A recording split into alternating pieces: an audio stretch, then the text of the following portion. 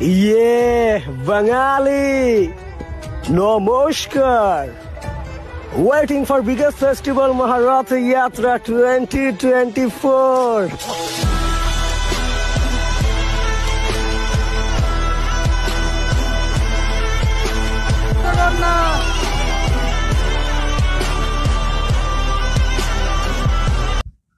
তো ভাই লোক, প্রথমে একটা কথা ভালো করে শুনুন।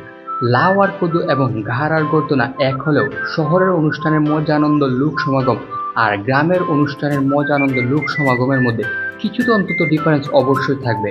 তো ব্রোজ, বিষয় যেটা ঘটতে চলছে তা হলো কিছুদিন আগে শ্রী শ্রী জগন্নাথের শুভ রথযাত্রা হয়ে গেছে। সবাইকে রথযাত্রার শুভেচ্ছা। এত বছরে বহুবার রথযাত্রা দেখা হয়ে থাকলেও এইবারই প্রথম সিলেটের রথযাত্রা দেখতে গিয়েছিলাম। যদিও গত বছর এবং অনেক আগে যখন খুব ছোট ছিলাম তখন সিলেটের গোলাপগঞ্জের ঢাকা দক্ষিণের রথযাত্রা দেখা হয়েছিল, কিন্তু সিলেটে এই প্রথমবার। তো ব্রোজ, আশা করি উদ্দেশ্য কি বোঝা হয়ে গেছে। তো তাহলে চলো মূল ভিডিও শুরু করি। হেই ভাই লোক, this is Apu Barman and you are watching Apu Barman blog.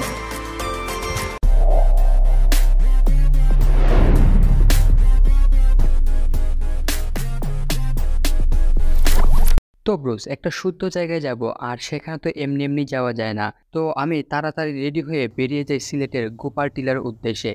কারণটা খুব সিম্পল, সিলেটের সবচেয়ে বড় রথযাত্রা সেখানেই হয়ে থাকে। তবে আজকে আমি একা একা যাচ্ছি না, সামনে আমার সাথে আমার আরও এক বন্ধুকে দেখতে পারবেন। আর আবহাওয়া চেক করে গেছে, বাসার ভিতরে বোঝা গেছে না যে এত রোদ, সময় মতো আগে পৌঁছাতে পারলেই হয়। তো ভাবলাম আজকে যেহেতু ক্যাম্পাস বন্ধ আছে তাই আর বাসায় বসে না থাকে, একটু রথটাই দেখে হাজার শহরের রথ বলে কথা। তো দেখতে পাচ্ছি, আশা করি আমি এখন হচ্ছে মেইন রোডে চলে এসেছি। তো এখান থেকে আমার আগে যার সাথে আজকে আমি মেলাটা এনজয় করবো কি তার সাথে আমাকে দেখা করতে হবে। চলো আগে গাড়িতে উঠে। তো ভাই লোক, রাস্তায় গাড়ির সংখ্যা অন্য দিনের তুলনায় কম দেখে হঠাৎ মনে পড়লো, আরে আজকে তো শুক্রবার, তাই সিলেট শহর আজকে তুলনামূলকভাবে অনেক কম ব্যস্ত থাকবে।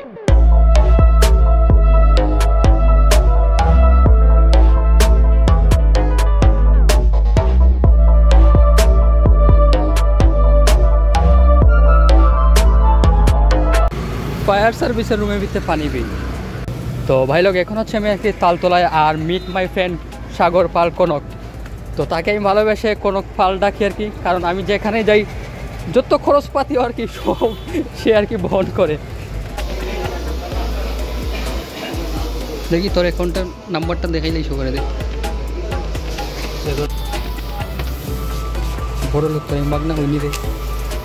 তো ব্রোস, রথযাত্রার অন্যতম ইম্পর্টেন্ট বিষয় হচ্ছে কলা। প্রায় সবাই জগন্নাথকে উদ্দেশ্য করে মন্দিরে কলা দিয়ে আসেন, আর পূজার পরে মন্দির থেকে আর আমাদের দেওয়া কলা, কাঁঠাল, আম সহ বিভিন্ন ফল রথ থেকে ছুড়ে দেওয়া হয় প্রসাদ হিসেবে। তো কলা কেনার সময় এক হালি কলার দাম 30 টাকা শুনে মাথা তো ভাই পুরাই নষ্ট হয়ে যায়। না, আমার আইডিয়া কিন্তু খারাপ না, এক নিলে কলার দাম এত বাড়ালে আমরা এক নিলে কলার বিজনেসম্যান হয়ে যাবো। After all business is business.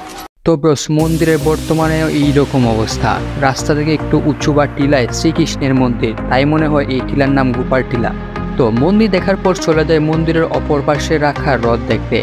মানুষজন খুব বেশি হওয়ায় সৌভাগ্য হলো না রথের কাছে যাওয়ার, জগন্নাথকে তাই দূর থেকেই প্রণাম করতে হলো। এরপরে চলে গেলাম জগন্নাথের প্রসাদ খাওয়ার জন্য। শত শত মানুষের সাথে এইভাবে বসে খিচুড়ি খাওয়ার ব্যাপারটা সম্পূর্ণই আলাদা, একদম অন্যরকম আনন্দপূর্ণ মুহূর্ত। তো এরই মাঝে হঠাৎ মাইকে বলা হলো রথ টানা শুরু হবে, তাই তাড়াতাড়ি করে চলে গেলাম রথ টানতে। তো রথযাত্রা কেন করা হয় এবং এর আবির্ভাবই বা কীভাবে হয়েছিল, এইসব প্রশ্নের উত্তর আমি সঠিকভাবে দিতে পারছি না, তার জন্য পারলে ক্ষমা করবেন। তো এরপরে সবাই মিলে রথকে টানতে শুরু করে, আর আমরা যারা প্রথমে সুযোগ পাইনি তারা রথের পবিত্র দড়ি ধরার আশায় রথের পিছু পিছু হাঁটতে শুরু করি।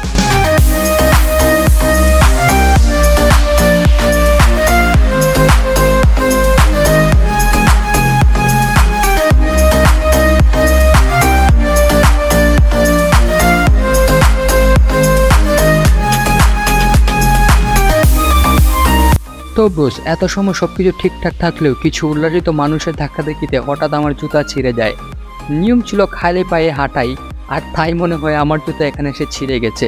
এতে ভালোই হয়েছে, লাফালাফি করতে কিছুটা সুবিধা হবে। আর এর কারণে অনেক কষ্টে 2-3টা কলাও ধরতে পারছিলাম, যদিও সেগুলো আমার বন্ধু কনকের জন্যই। তো ব্রোস, এক পর্যায়ে দেখতে পেলাম সিলেট শহরের আরও বিভিন্ন পাড়া মহল্লা থেকে আরও কিছু রথ এক জায়গায় এসে জড়ো হয়েছে, আর তখন সৌভাগ্য হয়েছিল রথ এবং রথের দড়ি স্পর্শ করার। তখন বেশ কিছু সময় রথের দড়ি ধরেছিলাম। চারদিকে এত এত মানুষ, আমি তো আশায় ছেড়ে দিয়েছিলাম আজকে বোধহয় আর রথের দড়ি ধরা হবে না। কিন্তু যাই হোক, শেষমেশ রথের দড়ি ধরা হয়ে গেল। তো ব্রোস, আগে বলেছে কিনা মনে নাই, আবারও একবার বলে নেই, রথযাত্রার সময় কিন্তু 7 দিন ব্যাপী চলে মেলা।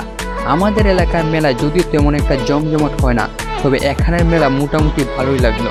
তবে উল্লেখ করে বলার মতো কিছুই দেখতে পেলাম না। তো ব্রোস, অনেক সময় ধরে রথের পিছু হাঁটতে হাঁটতে পায়ে ব্যথা শুরু হয়ে গেছে। শরীর বাসায় চলে আসতে চাইলেও মন তখনও সেখানে থেকে যেতে চাইছিল। তাই কিছু সময় স্থির হয়ে সেখানে দাঁড়িয়ে রথে চলে যাওয়া দেখছিলাম, আর ভাবছিলাম সামনের বছরটা আবার কত তাড়াতাড়ি আসবে।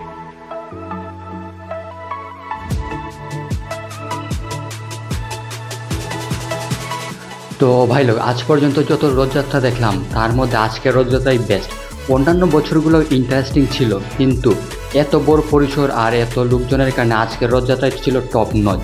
সব মিলে খুব ভালোই এনজয় করেছি। আই হোপ তোমরা আজকের ব্লগটা এনজয় করেছো।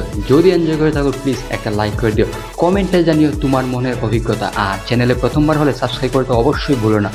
তো এই ছিল আজকের ভিডিও, দেখা হবে পরবর্তী কোনো ভিডিওতে। ততক্ষণ পর্যন্ত ভালো লাগবে, নিজের খেয়াল রাখবেন। See you, good bye.